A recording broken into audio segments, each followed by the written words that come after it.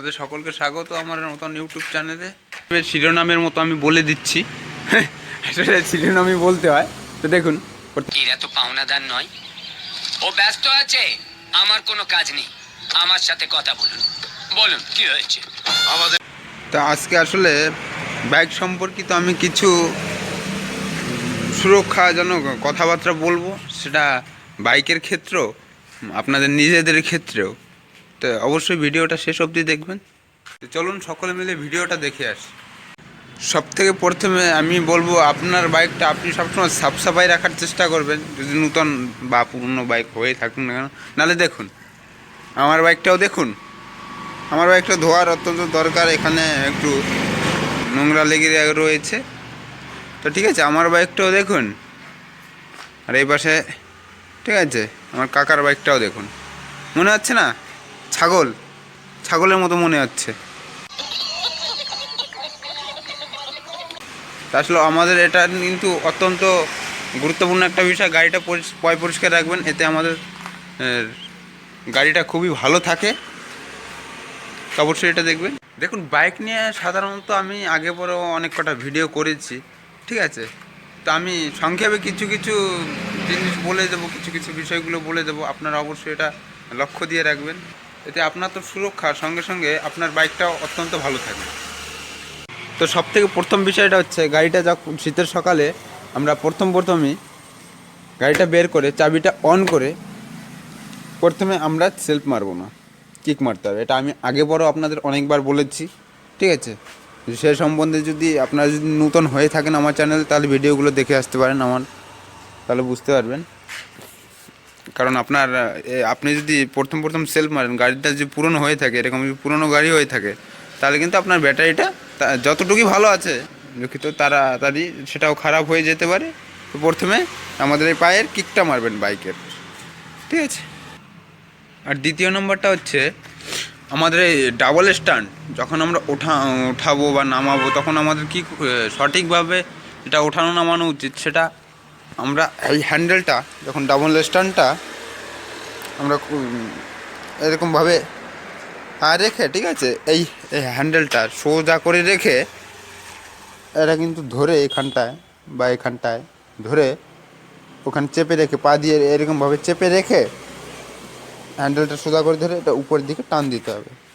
আর নামানির সঠিক নিয়ম হচ্ছে, দেখুন, আমরা কিন্তু এটা কিন্তু রেখে দিই এইভাবে, অনেকে আছে রেখে দিই। তখন আমরা যখন এরকমভাবে হঠাৎ জোরে, আমরা অনেক আছি এটা পা দেই না, হঠাৎ জোরে এটা ধাক্কা দেই, হ্যান্ডেলটা ধরে থাকি, ধাক্কা দেই, সামনে চলে ধূপ করে আমার পিছনের টাকাটা পড়ে। এতে কি হয়, আমাদের গাড়ির টায়ারটা যদি পুরনো হয়ে থাকে বা গাড়ির টায়ারে যদি প্রেশারটা কম থাকে, হাওয়ার প্রেশারটা যদি কম থাকে, তাহলে কিন্তু আমাদের এই যে টায়ারের ভিতর যে টিউবের যে নাটটা থাকে, এই গোড়াতে কিন্তু ওটা ফেটে যেতে পারে। তো এদিকে একটু অবশ্যই লক্ষ্য রাখবেন।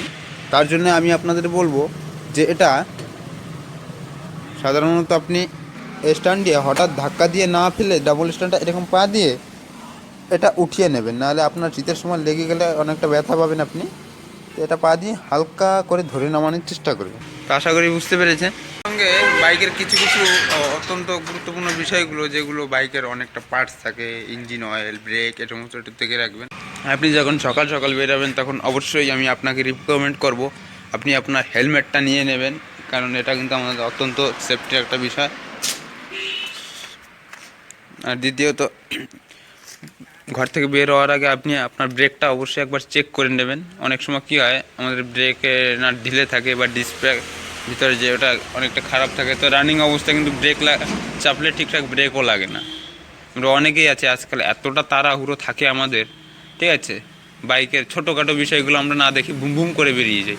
তখন কিন্তু মাঝ রাস্তায়, এখন তো ঠিক থাকে 5-7 কিলোমিটার সামনে গিয়ে মাঝ রাস্তায় ফাঁকা জায়গায় বাইকটা নিয়ে কিন্তু তখন দেখি যে এই গাড়ির সেই চাকার হাওয়া কম, এই ব্রেকের নাট ঢিল হয়ে গেছে, ঠিক আছে। পেট্রোল কিন্তু আমরা ঠিকই আন্দাজ করে নিই পেট্রোল থাকতে পারে, পরে হঠাৎ মনে হলো যে আমাদের এই কোথাও কি শব্দ হচ্ছে, এই হচ্ছে ও হচ্ছে, ঠিক আছে।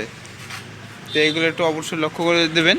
এর সঙ্গে আর একটা গুরুত্বপূর্ণ বিষয় হচ্ছে হেলমেট, ব্রেক দেখবেন, এবং তার সঙ্গে ইঞ্জিন অয়েলটা সবসময় আপনি পরিবর্তন করে রাখবেন। আমি এর আগের ভিডিওটা একটা বলেছি, ঠিক আছে, যে কেন গাড়ি চলতে চলতে বন্ধ হয়ে যায়, কি কারণ কি সমস্যা থাম্বনেলে দেওয়া আছে, আপনারা চাইলে ভিডিওটা দেখে আসতে পারেন।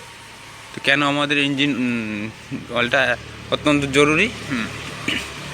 তার সঙ্গে এই স্পার্ক প্লাগটাও ঠিকঠাক দেখবেন যে কেবলটা ঠিক আছে কিনা, এটা ঠিকঠাক লাগানো রয়েছে কিনা।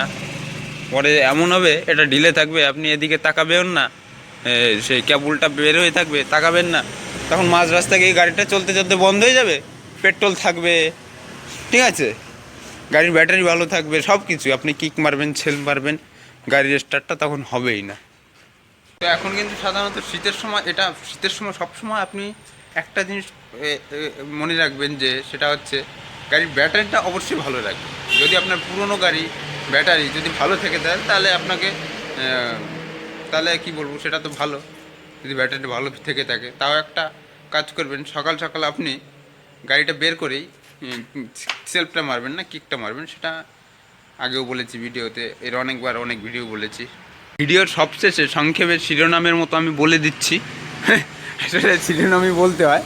তো দেখুন, প্রথমে গাড়িটা বের করবেন, চাবিটা অন করে সেলফ মারবেন না, কিকটা মারবেন, গাড়ি ব্রেকটা চেক করবেন, ঠিক আছে, দেখবেন যে গাড়ি ঠিকঠাক স্টার্ট হচ্ছে কি না। কিছুক্ষণ স্টার্ট দিয়ে রাখবেন সকাল সকাল। সেটা কেন করতে হয় সেটা ভিডিওতে আছে, আপনার চাইলে দেখে আসতে পারেন আমার চ্যানেলে। তো স্ট্যান্ডটা ঠিকঠাকভাবে করবেন, উঠানামানো করবেন, এতে আপনাদের চাকার হাওয়াটা একবার চেক করবেন।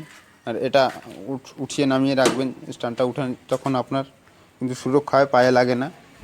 গাড়িটা ঠিকঠাক সার্ভিসিং করাবেন। তো এই মূলত এই নিয়ে আজ ছোটো একটা ভিডিও করলাম, ঠিক আছে, আর কিছু বলার নেই। তো দেখুন, এই ভিডিওটা সাধারণত আমি জানি যে আপনার ভালো লাগে, তাও শেষ অবধি দেখার জন্য আপনাকে অসংখ্য ধন্যবাদ। এমনই সঙ্গে থাকুন, আমার পাশে থাকুন। আর যদি এই ভিডিওটা আপনাদের ভালো লাগে, অবশ্যই একটা লাইক করবেন, আর চ্যানেলে নতুন হলে সাবস্ক্রাইব করবেন। এবং এই ভিডিও দেখার জন্য ফিরে আসছি আপনাদের মাঝে নতুন আর একটা ব্লগ। ধন্যবাদ সকলকে।